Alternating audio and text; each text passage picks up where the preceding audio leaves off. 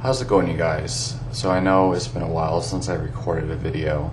I've actually been in Las Vegas for the last couple days, and I just got back from vacation. My sleep cycle's pretty fucked up.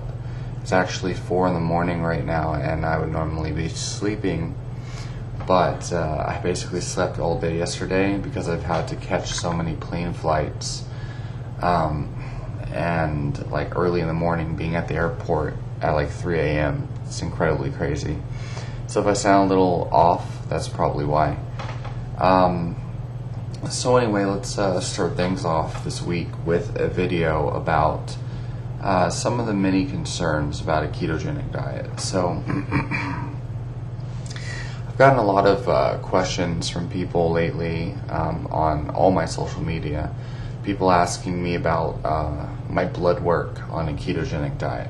So I have some blood work from before I started ketosis, but it's been such a hassle for me to get a doctor's appointment and get these tests done and not pay for it out of my own pocket, to get the insurance to pay for it and things.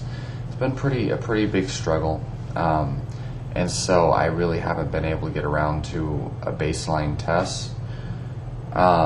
But the thing is, when you follow a ketogenic diet, the changes in your lipids and your insulin and your blood pressure and things like that are pretty predictable. Essentially, I mean, first of all, we have lots of studies, probably 20, 30 really good dietary intervention trials that show what happens when you switch over to a ketogenic diet and actually become keto adapted. Now, any study that's done on a low carb diet that doesn't restrict carbs below 50 grams per day is trash. It's not a ketogenic diet. It's a diet that restricts carbs, but they're not entering ketosis. There's a big difference between low carb and ketogenic diets. Okay, when you see these headlines that low carb diets increase mortality and make you die early, typically these are done on people eating over 100 grams of carbs a day.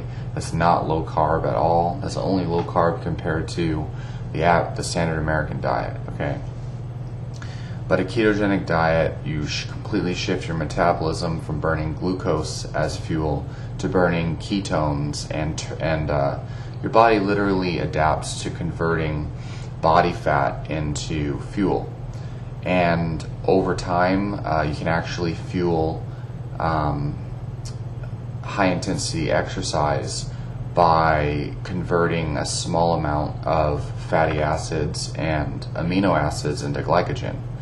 But your body will only convert amino acids and fatty acids into glycogen and glucose when it's absolutely necessary. It's created endogenously rather than exogenously from the diet.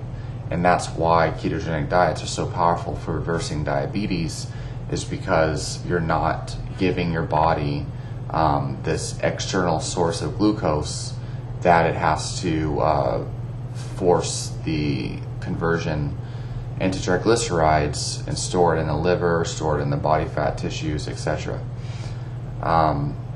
You cannot overdose on glucose or blood sugar or glucose-based energy sources when you're doing a ketogenic diet, because you're not consuming glucose. And the only glucose that's produced, your body produces it inside, and it actually only produces as much as it needs, rather than when you eat it from the diet, you're giving your body all this glucose with no regulatory mechanism other than insulin, which causes a slew of problems. Anyway, basically, so there's a predictable pattern in your blood panels when you switch to a ketogenic diet. And basically what happens is typically you'll see HDL go up, LDL usually goes up. Sometimes it will go up initially and then come down after the weight loss is done, or plateaus or stalls, or when you get to a healthy weight. But HDL goes up, LDL will probably go up, and triglycerides usually go down. They usually go way down. because a lot of people don't know, triglycerides or blood fats typically are actually, for one, they're burnt they're burnt more efficiently when you're on a ketogenic diet, and number two, triglycerides are actually created, like blood triglycerides are created by the conversion of carbohydrates into triglycerides, and that's why sugar and high glycemic load carbohydrate diets are implicated in non-alcoholic fatty liver disease, is because the liver has to process this excessive glucose in a similar fashion as it would for alcohol, but it stores the triglycerides in the liver over time, which causes fatty liver disease. Ketogenic diets, it doesn't do that. You're actually burning all of this fat and triglycerides, and so eventually your body's left with very little fatty acids besides your fat storage to metabolize, which is interesting. Your body can actually store well over 40,000 calories worth of body fat to be burnt as fuel, compared to glycogen, which is only about 2,000 calories worth of glycogen. Anyway,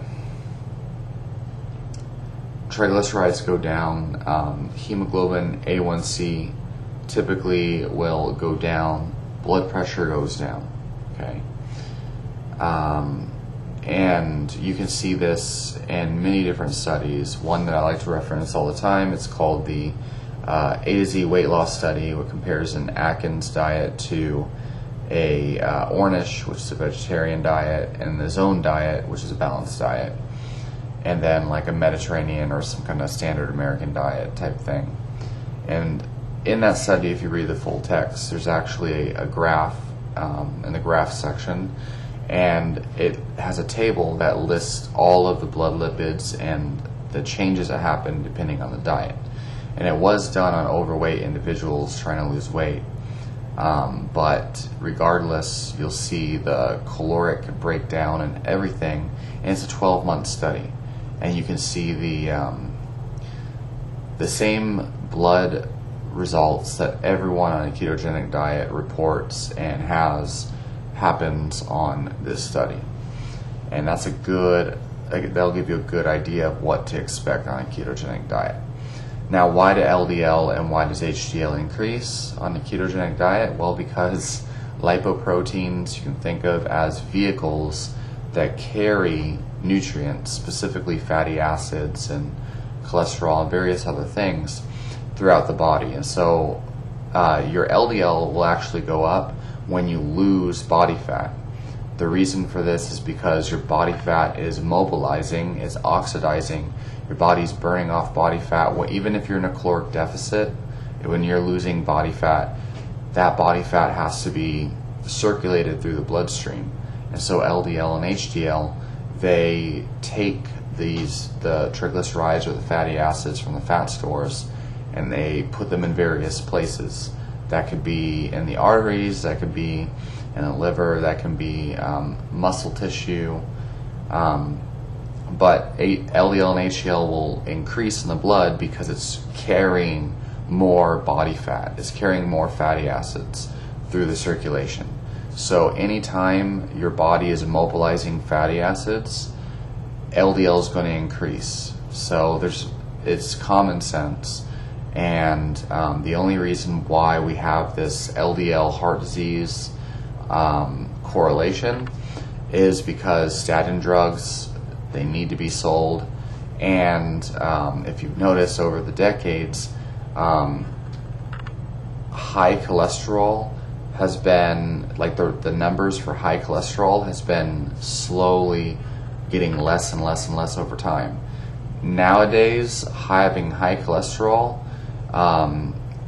is even as low as 100 nanograms per deciliter for LDL, which is insane, and it's extremely hard to get your LDL cholesterol that low unless you're following a vegan diet, which is not necessary and doesn't provide the same heart disease benefits as statins.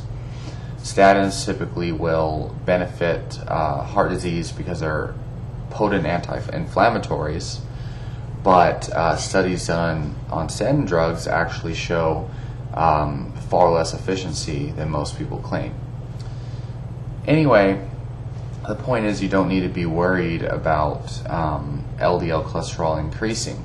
The best indicator for your heart health is going to be obviously a coronary artery calcium scan, which if you pay attention, there's so many keto dieters and carnivore dieters even that get coronary artery calcium scans and they have a CAC level of 0. They have no calcification of the arteries whatsoever, and they're eating nothing but meat and butter and cheese. So that's interesting. And then obviously your metabolic disease risk, which would be what are we talking about here? So basically your hemoglobin A1C, your C-reactive protein is a good indicator, but not necessarily. Your blood glucose, your glucose tolerance, your insulin sensitivity, these kinds of things. And then of course how high your HDL is. HDL probably has a stronger relevance towards heart disease risk than LDL. Simply because it's hypothesized that HDL's mechanism is bringing the cholesterol out of the arteries, I believe. Taking cholesterol out of the cells, something of that nature. And so if you have a higher HDL, especially higher HDL to triglycerides, then that's a really good way to gauge your heart disease risk based on, there's meta-analysis out there that I've actually referenced before in previous videos about this, and I have a video where I completely dismantle the LDL pushers. But anyway, typically the blood panels look pretty good other than LDL. And if you know what LDL is, and you're not following the crooked science that Vegan Gains likes to push, and these other vegans, then, because there is no linear correlation between LDL and heart disease, not unless you have a very skewed way of looking at the data. Other than that, so blood panels are good usually, and improve drastically compared to high carb diets and just in general.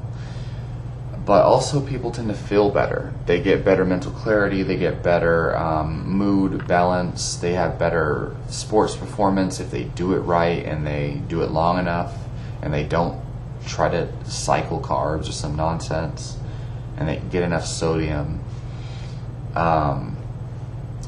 People lose weight easily and effortlessly, cravings go away, they notice that they can be without food for much longer.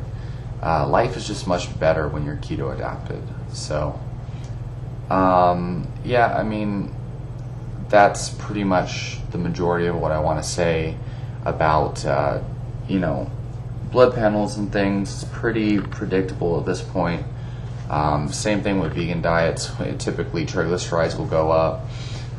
Weight will go down, usually weight loss. Typically, their cholesterol levels will go down. Usually LDL will go down, and then HDL will go down too, unless they are very meticulous with the types of fats they do consume on a vegan diet. So depending on the macronutrient profile and the effects that those macronutrients have on your metabolism, in this case, you're not producing as much blood fats from the carbohydrates, and your body's actually adapting to burning fats anyway. So obviously triglycerides are going to go down. HDL and LDL have to go up in order to transport these fatty acids through the body. That's what they're really there for. And obviously insulin, blood sugar, and hemoglobin A1C, and these things will typically go down simply because you're not consuming carbohydrates. So if you do have high blood glucose on a ketogenic diet, then something's pretty messed up.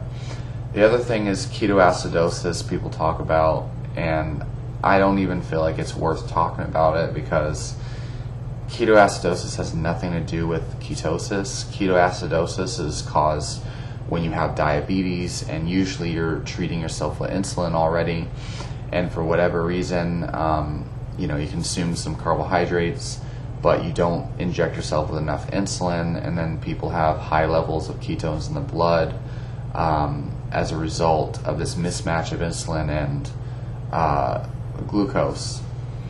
But typically it only happens in people with diabetes, and usually it's type 1 diabetes, in which case you should be working with a medical professional in the first place. But people who don't have diabetes, if they're worried about ketoacidosis, they benefit from actually reading and researching things before freaking out about them. Don't just listen to some dumbass, no matter what degree they have. You should read a book. The best book on this subject, actually. Do I even have it here? Here it is. Well, I actually have it by me. The Complete Book of Ketones is a good book that can discuss, it discusses ketoacidosis and the difference. And it's written by a medical doctor who actually successfully treated her husband of Alzheimer's using a ketogenic diet. But it'll help to discuss a lot of these things I mentioned in this video. But all of the stuff I mentioned in this video has been learned through years and years of my own research, not just one book, and looking at the scientific data and looking at different people's blood results and comparing them. Blood results can be interpreted differently from whoever the fuck is doing them. So how credible blood results really are, it's in the eyes of the beholder, really.